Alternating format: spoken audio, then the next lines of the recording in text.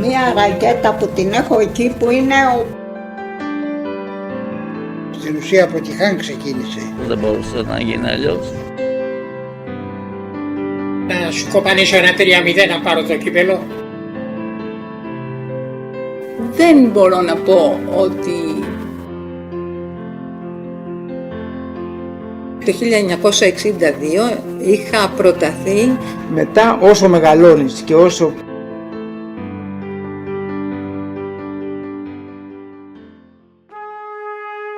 Η αυγή της δεκαετίας 1960 έως 1969 βρίσκει το ελληνικό πινκ-πονγκ να προσπαθεί να χτίσει πάνω σε όσα είχαν πετύχει οι πρωτοπόροι αθλητές και παράγοντες τα προηγούμενα χρόνια.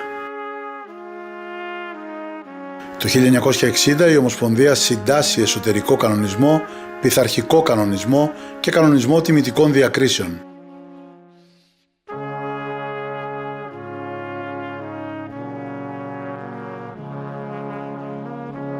Στον αγωνιστικό τομέα, οι εθνικές ομάδες δίνουν πολύ δυνατούς αγώνες απέναντι σε Ιαπωνία, Κίνα και Γαλλία, με τους φιλάθλους να δίνουν εντυπωσιακό παρόν. Έγιναν μεγάλοι αγώνες Ελλάς-Κίνα. Εκεί είχε γεμίσει το γήπεδο του Sporting γεμάτο. Εγώ πρώτη φορά αγωνίστηκα με εξέδρα τέτοια. Παίξαμε και χάσαμε. Φυσικά θα χάναμε, δεν υπήρχε καμία πιθανότητα. Το 1961 γίνεται η πρώτη διοργάνωση μεσογειακών αγώνων για το άθλημα της επιτραπέζιας αντισφαίρισης και την φιλοξενεί η Αίγυπτος. Οι μεσογειακοί αγώνες διεξήχθησαν για πρώτη φορά στην Αλεξάνδρεια της Αιγύπτου το 1951, αλλά μέχρι το 1975 δεν περιελάμβαναν στο αγωνιστικό τους πρόγραμμα και το πινκ-πονγκ.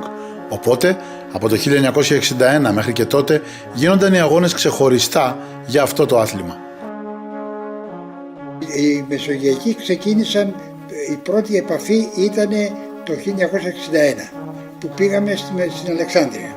Στη συνέχεια έγιναν πάλι στην Αλεξάνδρεια, όπου συμμετείχε η Αίγυπτος, η Ελλάδα, η Κύπρος και ο Λίβανος, όπου για πρώτη φορά συναντηθήκαμε και έκτοτε. Όποτε συναντιόμασταν μεταξύ μας και στους ευρωπαϊκούς αγώνες, γιατί και στους παγκόσμιους με τους Λιβανέζους, γινόμασταν μια παρέα και αλληλοψηφιζόμασταν στις διάφορες θέσεις που θέλαμε να πάρουμε. Εν συνεχεία έγιναν στην Αθήνα, όπου κέρδισε ο Καρακάσεβιτς, τρίτος βγήκα εγώ. Εν συνεχεία το 1967 έγιναν στην Αλεξάνδρεια και ήρθε και η Γαλλία. Είχαν γίνει και στην Ιταλία, είχαν γίνει στον Μπάρι και ήταν πολλές αποστολές. Ήταν και η Ιουγκοσλαβία μου νομίζω. Ο Χρήστος Χριστοδουλάτος, σπουδαίος αθλητής, παίρνει το πρώτο του χρυσό μετάλλιο στο ατομικό των ανδρών το 1962. Θα ακολουθήσουν άλλες 9 παρόμοιες επιτυχίες μέχρι το 1977. Μετά τη λαμπρή αθλητική του καριέρα, συνεχίζει και στο διοικητικό τομέα, τόσο στην Ελλάδα όσο και στο εξωτερικό. Πρόεδρος της Ομοσπονδίας από το 1982 έως το 2008. Το άθλημα ήταν στα σπάργανα από τεχνικής πλευράς. Κάθε ομάδα φτιαχνόταν από λεγεωνάριους που παίρνανε από τη Χάν. Στην ουσία από τη Χάν ξεκίνησε το άθλημα. Μόνον γίνανε ιδιωτικές προπονήσεις μεταξύ των αθλητών των σωματείων και λόγω φιλίας. Ο πρώτος προπονητής ήταν ο Έρλιχ. Οπότε για πρώτη φορά συγκεντρωθήκαμε στην εθνική ομάδα οι 10-15 καλύτεροι για να κάνουμε προπόνηση. Υπήρχαν κάποιες αντιρρήσεις ως προς την ικανότητα του Έρλιχ, ήταν παροχημένος άνθρωπος, όχι ότι δεν ήξερε, αλλά έτσι είναι ο Έλληνας, αρχίζει την κρίνια. Εν συνεχεία ήρθε ο Κουμπάτ ένα διάστημα, μας έδειξε, αλλά δεν τον κάναμε αποδεκτό, γιατί δεν ήταν παίκτης του πινκ-πονγκ. Δεν ήξερε πινκ-πονγκ, απλώς ήταν αυτοδίδακτος. Αλλά ήταν καταπληκτικός προπονητής, η άποψή μου.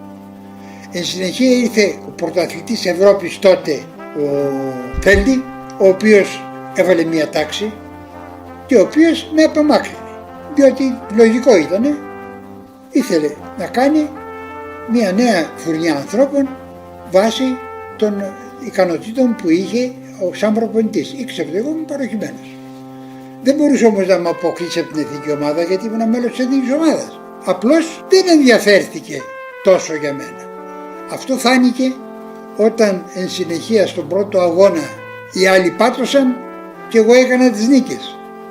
Οπότε αναγκάστηκε να αναθεωρηθεί, γίναμε φίλοι, εγώ δεν κράτησα κακία στον ο άνθρωπος, το ανεγνώρισα ότι ήταν δίκαιο αυτό που έκανε. Αλλά άλλο το ένα, άλλο το άλλο. Δεν μπορούσε να με αποκλείσει από την εθνική ομάδα στην αποστολή έξω, αφού κάναμε πρόκληση και ερχόμουν πρώτος.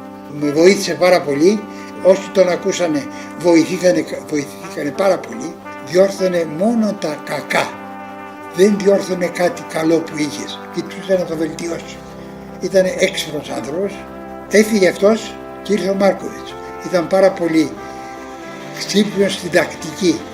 Έμαθα πάρα πολλά τρίκ ψυχολογικά πολλές φορές που επηρέαζαν τον απέναντι αθλητή στο ψυχολογικό τομέα. Και με βοήθησε πάρα πολύ να κερδίσω πόντους όχι από αξία αλλά από μυαλό και πονηριά. Προσθέσανε όλοι κάτι. Ο πατέρας μας ήδη ασχολείται με την επιτραπέζια αντισφαίριση σαν μέλος της Ομοσπονδίας, εκπροσωπώντας τον σύλλογο του Προφήτη Ηλία Πειραιά. Κάποια στιγμή με ρώτησε αν μου αρέσει αυτό το άθλημα. Τότε δεν είχαμε και να αντιρρήσεις στους γονείς μας, να πούμε δεν μας αρέσει αφού μας το πρότεινε. Και του λέω μπαμπά μ' αρέσει. Έτσι ξεκίνησα στο Προφήτη Ηλία του Πειραιά με κάποιους που παίζανε ερασιτεχνικά πικ-πονγκ να μου δείχνουν με τη ρακέτα, την πρώτη ξύλινη ρακέτα που είχαμε και μετά την μπάρνα με το σκέτο, το λάστιχο με τα δοντάκια. Μετά πήγαμε στον Ολυμπιακό, μεταφερθήκαμε στο Παναθηναϊκό και ξαναγυρίσαμε, κλείσαμε την καριέρα μας στο Προφήτη Ηλία του Πειραιά, ο οποίος σαν σωματείο ήταν από τα μεγαλύτερα σωματεία στην Ελλάδα και αν θυμάμαι καλά 2 φορές ήταν το πρώτο σωματείο στην Ελλάδα από πλευράς βαθμολογίας. Είχαμε πολύ καλές ομάδες και στους νεάνιδες και στους νέους και φυσικά στο γυναικείο τοπικό που παίζαμε κι εμείς. Τα πρώτα μαθήματα στον Προφήτη Ηλία μου τα έδωσαν ο Γιώργος ο Τσάκαλος και ο Φωτόπουλος, οι οποίοι με μίλησαν και εκείνοι με τον τρόπο τους στο άθλημα. Το νούμερο που έχω στην ταυτότητα τη γενική της Ομοσπονδίας είναι το 282. Στην αρχή ήμασταν όλοι αυτοδίδακτοι, προσπαθούσαμε να αντιγράψουμε παίκτες που βλέπαμε στο εξωτερικό να παίζουν πικ-πονγκ και βέβαια η εξέλιξη έφερε τους προπονητές όπως ήταν ο Έρλιχ και ο Κουμπάτ αργότερα, από τον οποίο βγήκαν και πάρα πολλοί Έλληνες αθλητές, μέλη των εθνικών ομάδων με πολύ καλά αποτελέσματα. Το 1961 ξεκινάει το πρώτο Πανελλήνιο Διασυλλογικό Πρωτάθλημα. Από ό,τι θυμάμαι, το 1962 είχα προταθεί σαν αθλήτρια με ταλέντο να συμμετάσχω και εγώ στην εθνική ομάδα γυναικών που πήγε στο Πανευρωπαϊκό Πρωτάθλημα του Βερολίνου. Δεν ξέρω για ποιους λόγους απερίφθη η πρόταση, αλλά αυτό που θυμάμαι ότι η αποστολή έφευγε από το σταθμό Λαρίσης και είχα πάει να τους ξεπροβοδήσω και να τους ευχηθώ καλή επιτυχία. Βέβαια, μικρή, παραπονεμένη για αυτό που είχα μάθει και που δεν συμμετείχα κι εγώ σε αυτή την ομάδα. Παρ' όλα αυτά, εκείνη τη χρονιά είχα και τη συμμετοχή τη μικρή, την πρώτη φορά, έτσι, με την εθνική ομάδα της Τουρκίας. Είχε έρθει εδώ και είχαμε κάνει αγώνες φιλικούς. Θυμάμαι μικτές, πηγαίναμε πριν το 1967 στη Θεσσαλονίκη, ο Προφήτη Ηλίας, ο Ολυμπιακός από Πειραιά, η Αθήνα και η Θεσσαλονίκη. Και εκεί περνάγαμε πάρα πολύ ωραία. Ξεκίνησε το πικ-πονγκ στην ηλικία των 9 ετών και ο λόγος ήταν αφενός μεν ότι ο πατέρας μου ασχολιόταν ήδη με τη διοίκηση της Ομοσπονδίας, αφετέρου η αδερφή μου η Μαρία είχε αρχίσει να γεμίζει το σπίτι με κύπελα. Κάπου πιστεύω ότι ίσως ήταν λίγο η ζήλια που με έκανε να ξεκινήσω και εγώ το πικ-πονγκ. Δεν ήθελα μόνο η Μαρία να έχει κύπελα, ήθελα και εγώ να γίνω καλή και έτσι ξεκίνησα να παίζω. Οι αρχικές επιτυχίες που ήρθαν στο πικ-πονγκ ήρθαν σαν αποτέλεσμα της προπόνησης, της αγάπης προς το άθλημα. Δεν μπορώ να πω ότι τρελάθηκα. Απλώς ήταν μια συνέχεια. Έτσι, από τα πρώτα χρόνια μπορεί να μην έχω κάτι να πω ότι με έχει ενθουσιάσει πάρα πολύ. Η σταδιοδρομία η δική μου ήταν μετά την Αθλητική Ένωση Νικαίας. Πήγα στο Παγκράτη. Το Παγκράτη είχε τότε έφορο το Στέγκο, έναν εξαιρετικό άνθρωπο, ο οποίος ήταν και στην Ομοσπονδία βέβαια.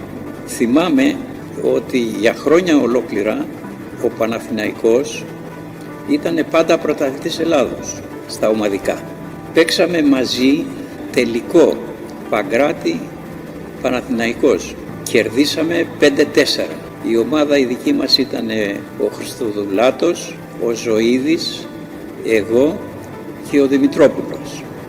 Η ομάδα του Παναθηναϊκού είχε Χαρόπουλο, Γιαννακόπουλο και μου φαίνεται ο άλλος ήταν ο Σαλίπας. Αυτή ήταν μια ιστορική νίκη για το Παγκράτη τότε. Το 1962 οι εθνικές μας ομάδες ανδρών και γυναικών λαμβάνουν μέρος στο Ευρωπαϊκό Πρωτάθλημα του Βερολίνου.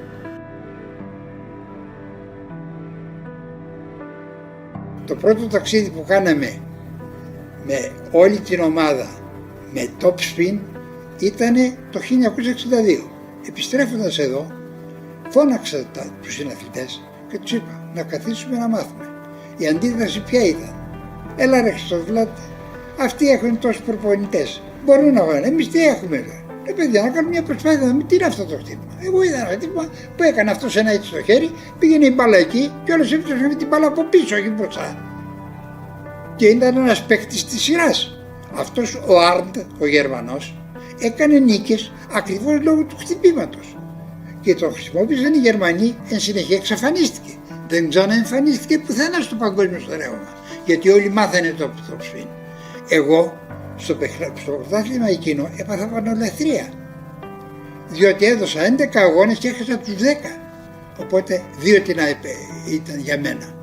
Τα βάλα κάτω και είπα, ή το κόβεις ή κάθεσαι και μαθαίνεις 5 πράγματα. Αυτή την ψυχική αγωνία που έχουμε όταν χάνουμε άδικα, λόγω του ότι φταίμε εμείς γιατί δεν μπορέσαμε από την αγωνία μας, το χέρι μας έτραμε και ξέρουμε τι σημαίνει τρεμούλα, δεν μπορείς να βάλεις παλιά μέσα. Αυτό είπα και στους συναθλητές μου. Αυτοί αρνηθήκανε και έτσι αναγκάστηκα και πήρα τον Μάνδυλα που ήταν 16 χρόνια παιδάκι, 15 ήταν τότε, και τον έβαλα στη Χάν να κάνει άμυνα και επί 2 μήνες προσπαθούσα να βρω το χτύπημα. Κάποια στιγμή ήρθε το χτύπημα και μπόρεσα να τους σταθεροποιήσω. Μία φορά στα 1000 χρόνια. Τι να σου πω δηλαδή, ότι μία το πετύχε, ένα 5 το απετύχανα. Είχα όμως μανία ότι είναι κάτι που πρέπει να το πετύχω. Όταν το πέτυχα έπρεπε να αποκρούσω και αν σε κάποιον που θα μου ερχόταν να το βγαίνω έξω στο εξωτερικό. Έβαλα λοιπόν το Μάντελ να μάθει σπιν, που είδε πώς γίνεται το σπιν, και εγώ με το κουτσό του penholder έκοβα την μπάλα όσο μπορούσα να την κόψω ή έκανα ψήρα για να κάνει αυτός. Και έμαθε ο Μάντελας και αμέσως μετά έφτασε στον τελικό. Κέρδισε και τον Χαρόπουλο και τον Γιαννακόπουλο.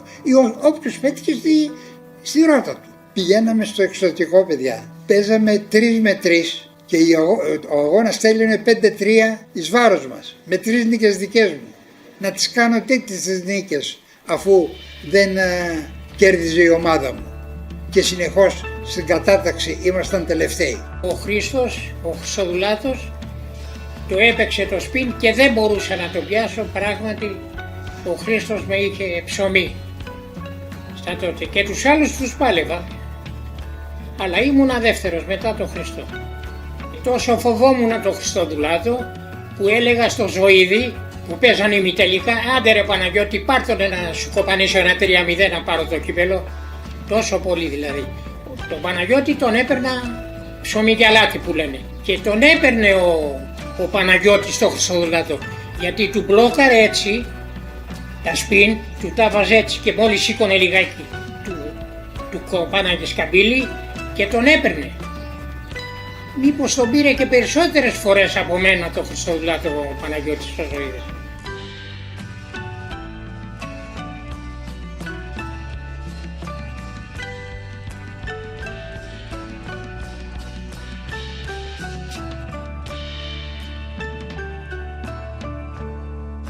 Το ένα πανελλήνιο πρωτάθλημα έγινε στη στρατιωτική λέσχη στην Αθήνα. Το κύπελο μας το είχε δώσει που είχαμε έρθει με το Σταύρο πρωταθλητές, εγώ και ο Σταύρος ο Πλακαντονάκης, το είχε δώσει ο ίδιος ο Κωνσταντίνος, ο διάδοχος. Ήταν η στρατιωτική λέσχη, μας είχε βοηθήσει πολλές φορές και κάναμε πανελλήνια πρωταθλήματα.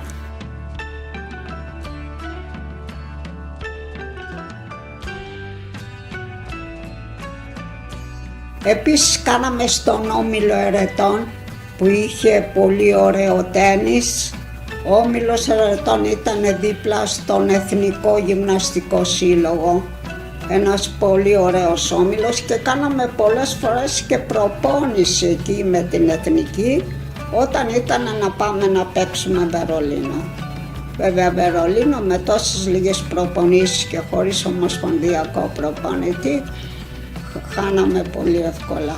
Πήγαινα στη λέσχη του Ολυμπιακού και έβλεπα την κυρία Σκριβάνου και τα υπόλοιπα παιδιά τα παλιά, Σκαρλάτο, Οικονόμου, με Τζιρτζίκου, Εμιλία, Πουλοπούλου και παίζανε. Εν τω μεταξύ μ' άρεσε. Με βλέπει ένας Πανουδάκης από δίπλα, παίζανε σε τσιμέντο μπάσκετ και μου λέει για έλα εδώ εσύ, γιατί με ήξερα από το Στίβο. Για πιάσε την μπάλα, μου λέει εδώ μπάσκετ, πιάσαμε και το μπάσκετ. Εγώ όμως αγάπησα πολύ το πικ-πονγκ. Δεν με παίζανε. Ερχόμουν εδώ δίπλα είναι η προσκόπη. Ερχόμουν στην Νίκαια και έβλεπα στην εργατική εστία και παίζανε παιδιά. Έμαθα μόνη μου. Παίζαμε μέχρι το 67 με όλες τις κοπέλες, στο πρωτάθλημα, σε όλα. Δεν έφτασα βέβαια Λουκία, Σκριβάνου. Ένα μέσο όρο, μια καλή αθλητρία ήμουνα στο πικ-πονγκ. Στις 13 και 14 Ιουλίου 1963 διοργανώνονται στην Αθήνα οι προβαλκανικοί αγώνες. Υλοποιείται έτσι η πρόταση της Ελληνικής Ομοσπονδίας που υπήρχε από το 1958. Μετά από πολλές διαβουλεύσεις και εκπροσώπηση προέδρων και γραμματέων των Ομοσπονδιών των Βαλκανικών χωρών, διεξάγεται για πρώτη φορά το προβαλκανικό πρωτάθλημα στην Αθήνα, στο κλειστό γήπεδο του Παναθηναϊκού, όπως αλλιώς το λέγανε, στον τάφο του Ινδού. Είχε πάρα πολύ κόσμο, έβαλαν εισιτήριο για να παρακολουθήσουν οι θεατές το πρωτάθλημα αυτό και είχε πολύ μεγάλη συμμετοχή φιλάθλων. Ήταν μια πάρα πολύ σπουδαία διοργάνωση για την εποχή εκείνη και το σπουδαιότερο το ότι με το εισιτήριο ήρθαν να παρακολουθήσουν το πικ-πονγκ πάρα πολλοί Έλληνες φίλαθλοι. Οι αθλητές Χρήστος Χριστοδουλάτος και Σπύλιος Γιαννακόπουλος κατακτούν το χάλκινο μετάλλιο στο αγώνισμα του διπλού ανδρών και οι αθλήτριες Μαρία Λουκά και Μαρκέλα Θάνου το χάλκινο μετάλλιο στο διπλό γυναικών. Το πρώτο μετάλλιο που είχα πάρει στους προβαλκανικούς αγώνες, σε διεθνείς αγώνες, ήταν η τρίτη θέση στο διπλό γυναικών με τη Μαρκέλα Θάνου. Αν θυμάμαι καλά, σε εκείνους τους αγώνες ή στους επόμενους, στους βαλκανικούς αγώνες που έγιναν το 1964, είχε έρθει και ο Σταύρος ο Ξαρχάκος να δει πώς παίζουμε το πικ-πονγκ και να μας... Ήταν οι αδελφοί Μικρουλέα, αν δεν κάνω λάθος, στην Ομοσπονδία, οι οποίοι είχαν πολύ φίλο το Σταύρο τον Ξαρχάκο και τον είχαν φέρει να δει τους αγώνες. Η συμμετοχή μου στους προβαλκανικούς το 1963 ήταν κάτι καινούριο. Έβλεπα άλλους αθλητές ξένους που παίζανε πολύ καλύτερα από εμάς και ήταν κάτι που με οθούσε να γίνω κι εγώ καλύτερη. Στη Θεσσαλονίκη ήταν ο μεγάλος Φέδων Ματθαίου που έπαιζε πενχόλτερ και αυτός πικ-πονγκ, καταπληκτικός παίκτης πικ-πονγκ. Όλοι οι Θεσσαλονικείς παίζανε καλό πικ-πονγκ γιατί περνάγανε από τη Χάνη. Αυτοί ήταν και προπολεμικοί παίκτες στο πικ-πονγκ πάλι. Ο Τάκης ο Τενταδόρος, ο οποίος ήταν ο υπαριθμόν ένα τότε παίκτης στη Θεσσαλονίκη στο μπάσκετ, έπαιζε πικ-πονγκ. Εγώ έπαιζα με τις κλασικές ρακέτες και τότε ένας αθλητής είχε φέρει Μία ρακέτα που την έχω εκεί που είναι περισσότερο με καουτσούκ.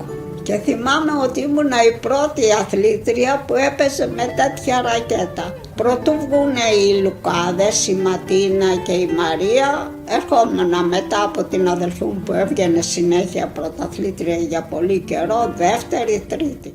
Το 1963 ήταν που έγιναν οι αγώνες και βγήκαμε πρώτοι με την Κότσια στο διπλό γυναικών. Όπως όλοι εξελίσσονται, έτσι και το άθλημα της επιτραπέζιας αντισφαίρισης εξελίχθηκε ακόμα και στην ενδυμασία. Οι πρώτες φορεσιές που είχαμε ήταν φουστάκι, γιατί τότε η γυναίκα δεν θα έπρεπε να δείχνει περισσότερο από μία φούστα, το τι περικλεί.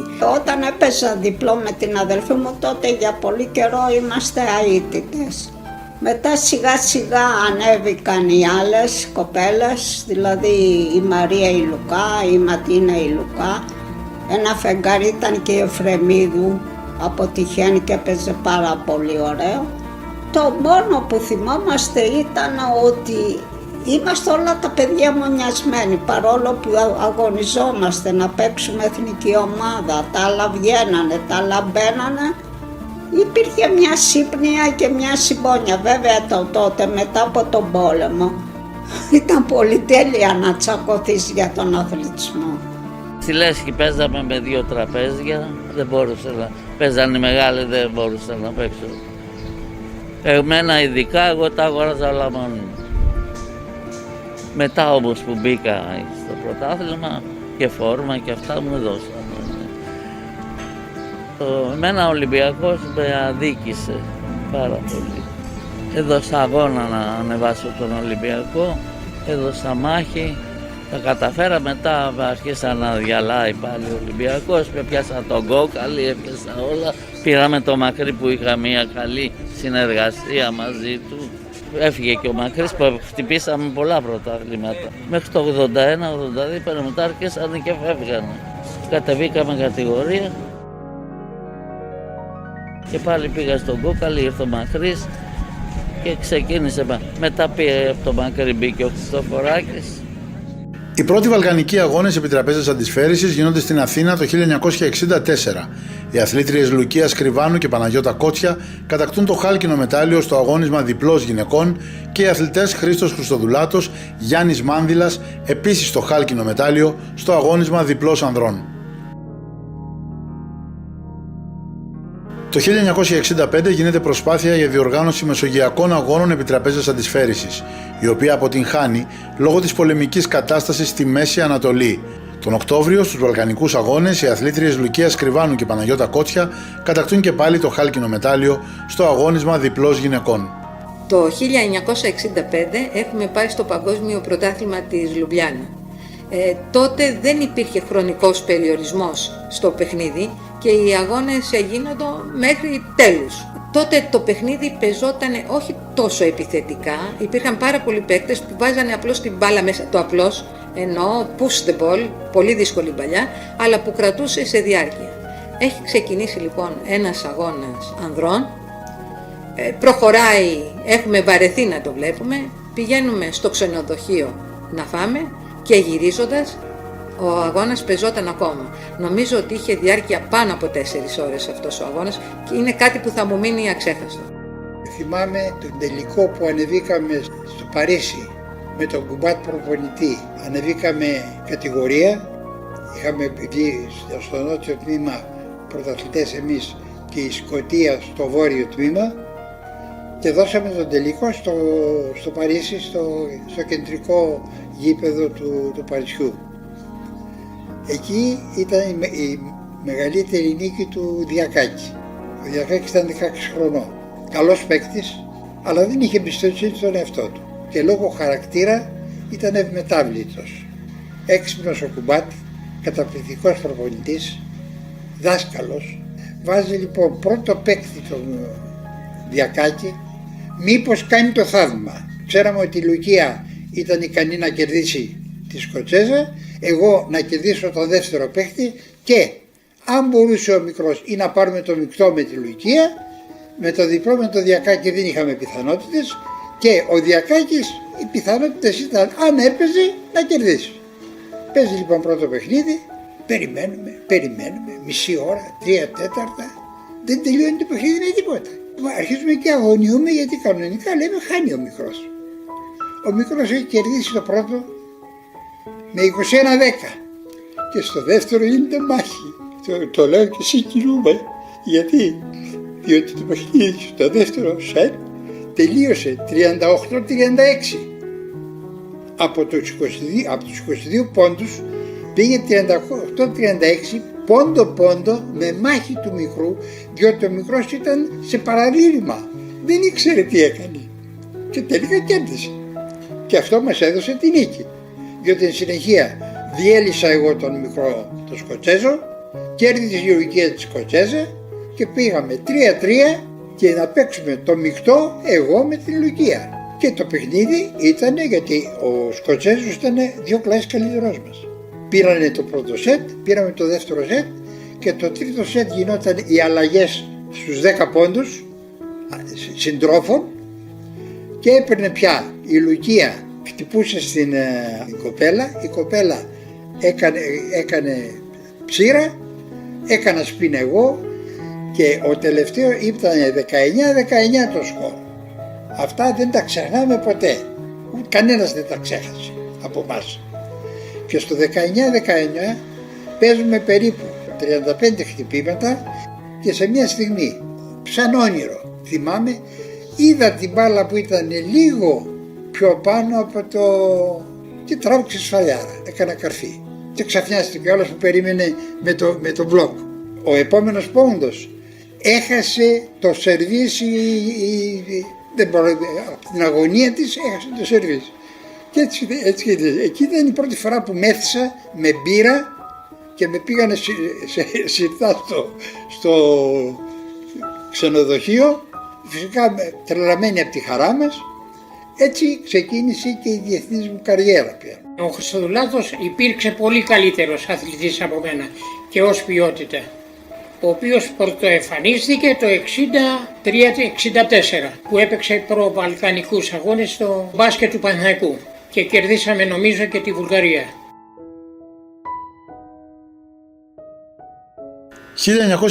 1967. Η Μαρία Λουκά, το παιδί θαύμα του ελληνικού πινκ-πονγκ που από τα 9 της χρόνια γέμιζε με τρόπαια το πατρικό της, κατέκτησε το πρώτο της χρυσό μετάλλιο στο ατομικό γυναικών και με την αδελφή της Ματίνα έγραψαν ιστορία στο αγώνισμα του διπλού γυναικών. Μεγαλούργησαν με τη διοργάνωση των σχολικών πρωταθλημάτων.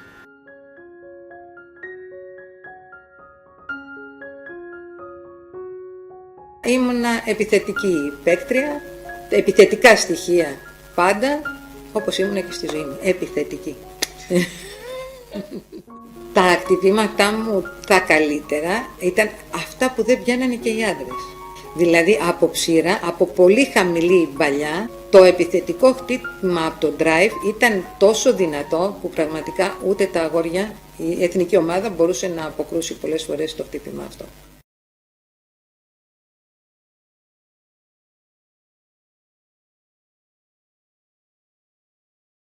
Όταν είσαι νέος και στην ηλικία που άρχισα εγώ, γιατί εγώ ξεκίνησα από πολύ μικρός στη Χάνα Αθηνών με την τότε εθνική ομάδα να κάνει προπόνηση στις αίθουσες της Χάνα Αθηνών. Ήμουνα 12 χρονών τότε, 11-12 χρονών. Η μοναδική σκέψη που υπήρχε είναι να κάνεις προπόνηση και να αποδίδεις καλά στους αγώνες. Η βλέψη ήταν αυτή. Μετά όσο μεγαλώνεις και όσο μπαίνεις μέσα στο άθλημα και αρχίζεις και μεγαλώνεις και αρχίζουν και οι προσδοκίες σου μεγαλώνουν, σκέφτεσαι και τα περαιτέρω.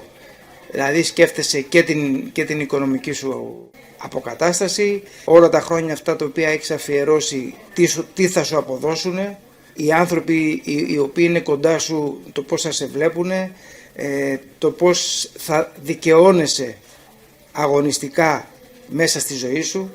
Όλα αυτά είναι πράγματα τα οποία μπαίνουν στο μυαλό σου μετά. Δηλαδή μέχρι 15-16 χρονών δεν σκέφτεσαι τίποτα άλλο εκτός το να παίξεις, να περνάς καλά, έτσι, να ευχαριστιέσαι για αυτό που κάνεις και οπωσδήποτε να κερδίζεις. Γιατί ο στόχος ενός αθλητή είναι να κερδίζει. Γι' αυτό και εγώ μετά από 17-18 χρονών, όταν ήμουν πλέον σε μια πολύ καλή αγωνιστική κατάσταση, με καλέσανε στην Ιταλία και έφυγα και έτσι επαγγελματικά το είδα το όλο θέμα. Και εκεί είχα και οικονομική, γιατί εδώ στην Ελλάδα, ας πούμε και μια αλήθεια, έτσι, ότι δεν σε βοηθάει στην Ελλάδα να αποκατασταθείς οικονομικά ώστε να μπορέσεις να βοηθηθείς στην εξέλιξή σου. Ο Κώστας ο Πρίφτης ήταν από τους πολύ καλούς αθλητές. Είναι ο πρώτος αθλητής Έλληνας που παίζει στο εξωτερικό στην Ιταλία. Μαζί έχουμε παίξει διπλό μεικτό, έχουμε πάρει πρώτη θέση στο Πανελληνικό Πρωτάθλημα το 1973. Έχουμε πάρει δεύτερη θέση στους Μεσογειακούς Αγώνες του 1973. Πάρα πολύ καλός αθλητής, επιθετικός παίκτης. Επίσης το 1967 διοργανώνονται οι Βαλκανικοί Αγώνες στην Αντάλια της Τουρκίας. Χάλκινο μετάλλιο για τον Χριστοδουλάδο και τον Φερλέμι στο διπλό ανδρών και χάλκινο μετάλλιο για τη Μαρία Λουκά και Παναγιώτα Κότσια στο διπλό γυναικών. 1967. Δικτατορία. Ο Αντώνης Παριανός είναι ο Γενικός Γραμματέας της Ομοσπονδίας. Ταυτόχρονα είναι στέλεχος της αντιδικτατορικής οργάνωσης Δημοκρατική Άμυνα. Χρησιμοποιεί τον πολύγραφο της Ομοσπονδίας για να τυπώνει αντιδικτατορικά έντυπα, τα οποία διοχέτευε στον Πειραιά. Συνελήφθη από τη Χούντα τον Ιούλιο του 1969 και πέθανε την 1η Απριλίου του 1970 καταβεβλημένος από τα βασανιστήρια που υπέστη. Το 1967 διαλύθηκε η ομάδα, η μεγάλη, και έρχεται ο κύριος Μπαρμπής και μου λέει «Ευγενία είσαι να αναλάβουμε το τμήμα». Εγώ δεν κατέχω πολλά πράγματα. Το μάτι μου παίζει, αλλά να το αναλάβουμε και ό,τι κάνουμε. Να πάτε όμως στην κυρία Σκριβάνου πρώτα. Πήγαμε, λέει, εκεί και δεν δέχτηκε. Εντάξει, τότε μπορώ, γιατί προηγείται. Και πήγαμε, ξεκινήσαμε από την εργατική εστία. Πήγαμε Πέραμα, πήγαμε Προσκόπους, πήγαμε παντού. Βρήκαμε παιδιά, στον Κορυδαλό είχε την αίθουσα και πήγαινα εκεί, κάναμε διαλογή και τώρα σιγά σιγά. Μετά με Ομοσπονδία έκανα και σεμινάρια, βάλανε μετά από εκεί πολλά σεμινάρια και έτσι ξεκίνησα. Έκοβε όμως το μάτι μου, έκοβε. Και έκανα καλή ομάδα. Τυπούσαμε τρίτη, β, α, φτάσαμε α, κάναμε καλές μεταγραφές, δεν μπορούσε να γίνει αλλιώς. Χριστοδουλάτο, Διακάκη. Μ' άρεσε το πικβόν και ασχολήθηκα συνέχεια με αυτό. Και μπάσκετ έπαιξα πρωταθλήτριες συνέχεια και στίβο ήμουνα καλή, μάλιστα έλεγε ο Παριανός, ένας της Ομοσπονδίας, ότι μην αφήνεις το στίβο, και είχα ένα 400 ωραίο διασκελισμό, τον άφησα για το πικβόν. Και βρήκα 13 χρονών τη Γαλανού από τη Θεσσαλονίκη, την έφερα πίσω στην Αθήνα. 13 χρονών άρχισε, χτύπαγε Μαρία, Λουκία, ταλέντο μεγάλο, όπως και το Βούλγαρη. Ήρθε στη Λέσχη και έβλεπε, παίζανε πιχονέλα εδώ, του λέω. Είχε πόδια, είχε αντίληψη, είχε. Σε ένα χρόνο έπαιξε εθνική ομάδα. Και μάλιστα ήρθαν οι Γερμανοί να παίξουν πρωταθλήματα με εμάς και λέει τη σύνθεση, είπαμε Βούλγαρο, λέει. Ήταν τόσο ταλέντο, αλλά πάει και αυτό. Και η Γαλανού μεγάλο ταλέντο, αλλά μυαλό δεν είχε. 1968. Μεσογειακοί Αγώνες. Διεξάγονται στην Αλεξάνδρεια της Αιγύπτου και είναι και πάλι μόνο για το πινκ-πονγκ. Αργυρό μετάλλιο, η Μαρία Λουκά Παναγιώτα Κότσια στο διπλό. Χάλκινο μετάλλιο, ο Χρήστος Χριστοδουλάτος στο απλό. Χάλκινο μετάλλιο, η Μαρίνου και Λαλαΐτου στο διπλό. Χάλκινα μετάλλια, η ανδρική και η γυναικεία ομάδα στα αντίστοιχα ομαδικά αγωνίσματα. Πήραμε μεταγραφή για τον Ολυμπιακό από το σωματείο του Προφήτη Ηλία που ξεκινήσαμε, με την υπόσχεση ότι κάποια στιγμή θα μας δώσει ελευθέρες να ξαναγυρίσουμε στο σωματείο. Ο Ολυμπιακός δεν τήρησε την υπόσχεση και έτσι αναγκαστήκαμε να μείνουμε εκτός χώρου 1-1,5 χρόνο, γιατί τότε οι μεταγραφές δεν επιτρέπονται και θα έπρεπε να μείνουμε εκτός για να μπορέσουμε να ξαναγυρίσουμε στο Προφήτη Ηλία. Οι μικροί είχαν το εξής ντεσαβαντάζ. Επειδή κληρωνόταν πάντα ο πρώτος, δεύτερος και ο τρίτος, τέταρτος, ο τέταρτος έπαιζε πάντα με τον πρώτο. Μέχρι λοιπόν να χάσω εγώ, να χάσει από μένα ο τέταρτος, ήταν μονίμως τέταρτος. και δεν συναντούσε τον δεύτερο ή τον τρίτο που ήταν από την άλλη μεριά. Έτσι τα παιδιά ήταν σε δύσκολη θέση και ο ίδιος και ο Διακάκης το ίδιο πρόβλημα είχε.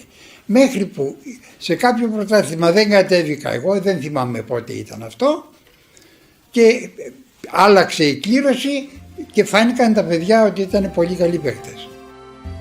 1969 αποφασίζεται η χρησιμοποίηση δελτίου ταυτότητας και υγείας για τους αθλητές και τις αθλήτριες. Συντάσσεται και ισχύει ο πρώτος κανονισμός διαιτησίας. Οι επιτυχίες που είχαμε ήταν κάτι καθημερινό. Ποτέ δεν δώσαμε σημασία παραπάνω για να γιορτάσουμε το γεγονός. Τελειώναμε τους αγώνες, ερχόμασταν, η μαμά μας περίμενε με το φαγητό ζεστό και το φαγητό που μας άρεσε. Εγώ βέβαια όταν ερχόμουν από το εξωτερικό της έλεγα «Μαμά, θέλω αρνάκι στο φούρνο με πατάτες». Ήταν το φαγητό που μου έλειπε στο εξωτερικό. Αλλά παραπάνω σημασία δεν δίναμε. Ήμασταν χαρούμενες βέβαια, το συζητούσαμε μεταξύ μας, αλλά όχι τίποτα περισσότερο. Ισπήλιος Γιαννακόπουλος, Σταύρος Πλακαντονάκης, Γιάννης Μάνδυλας, Νίκος Κωστόπουλος, Μανώλης Κολυμπάδης, Γιάννης Μακρύς, Άγγελος Μακρύς, Κώστας Πρίφτης, Δημήτρης Ζήκος, Δόξα Ιωαννίδου, Ελένη Μαρίνου, Παναγιώτα Κότσια, Μαρία και Ματίνα Λουκά, Φωτεινή Γαλανού, Μάκης Ρουσόπουλος, Μανώλης Διακάκης ήταν αθλητές και αθλήτριες που οδήγησαν σε υψηλότερα επίπεδα την ελληνική επιτραπέζια αντισφαίριση σε εκείνα τα δύσκολα χρόνια. Ήμασταν πάρα πολύ λίγοι σε σχέση με αυτά τα οποία θυμάμαι. Ένα παιχνίδι που έγινε μεταξύ Κίνας και Ιουγκοσλαβίας. Η Ιουγκοσλαβία τότε με το Χαρογκόζο, το Μάρκοβιτς κλπ. Ήταν μια δύναμη πολύ μεγάλη. Όταν λοιπόν οι Ιουγκοσλάβοι χάσανε και χάσανε εύκολα, ο προπονητής είπε «Μα πώς να μην χάσουμε, εμείς παίζουμε μόνο 8 ώρες την ημέρα». Φανταστείτε δηλαδή τι γινόταν από την άλλη πλευρά. Στο τρίτο μέρος του ντοκιμαντέρ, που θα δείτε στις 30 Αυγούστου στις 9 το βράδυ, οι συνομιλητές μας θα παραμείνουν ως επιτοπλίστων οι ίδιοι, αλλά ο καινούριος μας καλεσμένος θα αναφερθεί στην κορυφαία συλλογική επιτυχία μέχρι τότε. Η χρονική περίοδος που θα καλυφθεί θα είναι αυτή από το 1970 έως το 1979.